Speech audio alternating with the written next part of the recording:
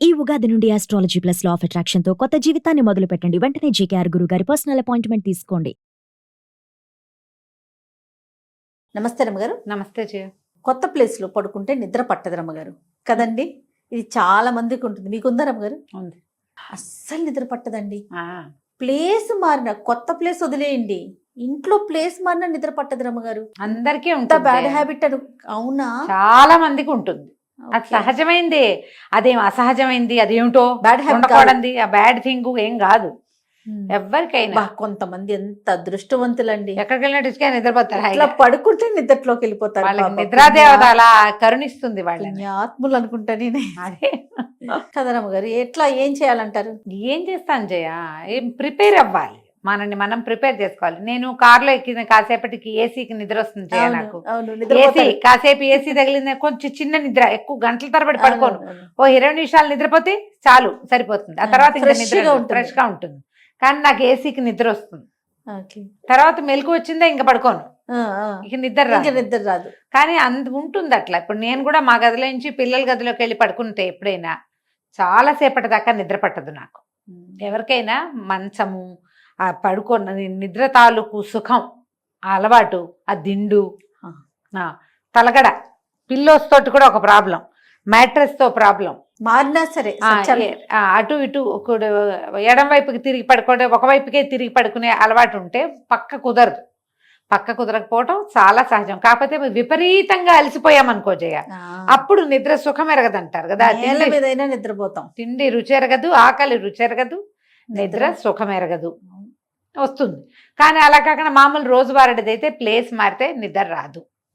ఆ ప్లేస్ 2-3 రోజులకి అలవాటు అవుతుంది. చంటి పిల్లలు కూడా కొత్త ఇళ్ళకి వెళ్తే నిద్రపోరు చూడు. అవును. ప్లేస్ నెల రోజులు అమ్మమ్మ గారి ఇంట్లో ఉండి నెలలంగానే నాయనమ్మ గారి ఇంటికి వెళ్తే అంతే. 1 రోజు 2 రోజులు సతాయించేస్తారు. ఏరియా ఇది మారిపోయి 2 రోజులు ఉంటుంది. నెలలోపు పిల్లలు కూడా గుర్తుపట్టేస్తారండి. గుర్తుపట్టేస్తారు. కదా రమ్మగారు? అవును అవును. ఏంటంటే ఈ శరీరానికి ఆ రకమైన అలవాటు అయిపోవటం వల్ల అలా ఉంటుంది. అది సహజమే, అదేం పెద్ద చేయకూడదు, ఉండకూడని వ్యవహారంగా అనుకోవద్దు. ఆ. కాకపోతే ఏంటంటే మనకి నిద్ర అవసరం. రేపు పొద్దున్న ఫ్రెష్గా ఇప్పుడు ఊర్లు వెళ్తామా, ఏదైనా ఊరు వెళ్తే అప్పుడు అలా అనిపించదు. ఆ. ఎందుకంటే మనం ఆ ఊళ్ళలో ట్రిప్పుల్లో తెగ నడిచేస్తాం, అవును, అవును, అలసిపోతాం. అలసిపోతాం బాగా. ట్రిప్స్ లో అలసి నిద్ర వస్తుంది.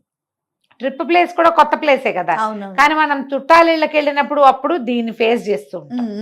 నిద్ర పట్టలేదు అలా బాడీ అలసట మీద ఉంటుందంటారా? నా శరీరం అలసిపోతే నిద్ర వస్తుంది. కాస్త ఒక 5 నిమిషాలు గిజాటుతోటి నిద్ర వస్తుంది. ప్రధానమైనది ఏంటంటే దీనికి ఎక్కడైనా మనకు నిద్ర అసలు పట్టకపోయినా, మన ఇంట్లోనే రూములు మారి నిద్ర పట్టకపోవటం, ఏదైనా గాభరాగా ఉండి లేదా కొత్త వాళ్ళ ఇంటికి, అక్క ఇంటికో అన్న ఇంటికో వెళ్ళినప్పుడు నిద్ర పట్టకపోవటానికి శ్వాస మీద ధ్యాస పెట్టుకుంటే నిద్ర వస్తుంది. ఎట్లా అంటారు అంటే? కళ్ళు మూసుకుని మనం లోపలికి వెళ్తున్న గాలి, బయటికి వస్తున్న గాలిని అబ్జర్వ్ చేయాలి. ఆహా. ఆనాపానసతి అంటారు, దాని పేరే అది, శ్వాస మీద ధ్యాస. మనం గనక అది ఈ ఊపిరి లయబద్ధంగా వెళ్తూ ఉంటుంది. మనకి మామూలుగా తెలియదు కదా, అదే పీల్చేసుకుని అదే వదిలేసుకుంటూ ఉంటుంది. అవును. మనం అసలు ఊపిరి పీల్చుతున్న సంగతి కూడా గమనం లేకుండా ఉంటాం మనం. అవును. నిజంగా చాలా మందికి తెలియదు, చాలా మందికి అసలు మనుషులకే తెలియదు, అంత పట్టించుకోము. నువ్వు ఎప్పుడైతే దీని మీదకి దృష్టి వెళ్తుందో అప్పుడు గాలి ఎలా లోపలికి వెళ్తుందో, ఎలా వస్తోందో కనుక నువ్వు దృష్టి పెట్టావంటే, ఈ కొత్త చోటు నాకు నిద్ర పట్టదు అని ఉంది చూసావా, సబ్ కాన్షియస్ లో అది మర్చిపోతాం. ఓకే. ఈ కొత్త ప్లేస్ ఇది ఏ బ్రెయిన్కి ఉంటుంది? సబ్ కాన్షియస్కి ఉంటుంది. దానికి తెలుసు అదే ఇది కొత్త ప్లేసు, నీకు నిద్ర పట్టదు అని నీకు గుర్తు చేస్తూ ఉంటుంది. అవును. ఇప్పుడు ఎప్పుడైతే మన దృష్టి శ్వాస మీదకి వెళ్ళిపోతుందో ఆటోమేటిక్గా సబ్ కాన్షియస్ ఆఫ్ అయిపోతుంది. మన కాన్షియస్ అంతా దేని మీదకి వెళ్ళింది? బ్రీత్ మీద పెట్టాం కదా. బ్రీత్ మీదకి వెళ్ళిపోయింది కదా. బ్రీదింగ్ మీదకి వెళ్ళేసరికి ఆటోమేటిక్గా నిద్ర వస్తుంది. మీకు నిద్ర పట్టనప్పుడు ప్రతిసారి ఈ ట్రిక్ వాడచ్చు. మీరు డెఫినెట్గా అండి.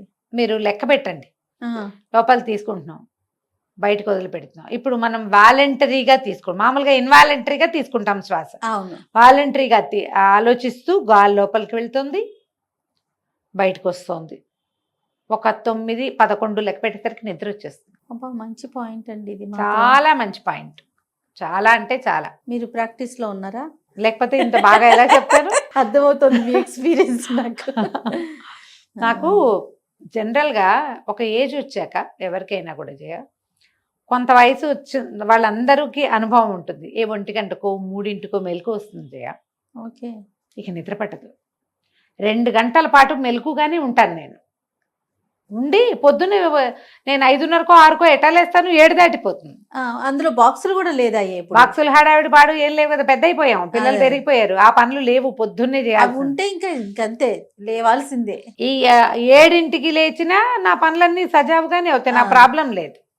కానీ ఎర్లీగా లేస్తే ఇంకా బాగుంటుంది చూడు, అది నేను మిస్ అవుతూ ఉంటా. ఎందుకంటే నైట్ మెలకు రావటం. మెలకు వచ్చేస్తుంది. మీరు ఒక ఏజ్ వచ్చి అంటున్నారు కదా, ఆ. ఏజ్ రాకపోయినా అదే పరిస్థితి రమ్మగారు. అలాంటి ఒక్కొక్క రోజు మెలకు ఎందుకు వచ్చేస్తుందో తెలీదు. ఆల్ ఆఫ్ సడన్ మెలకు వస్తుంది.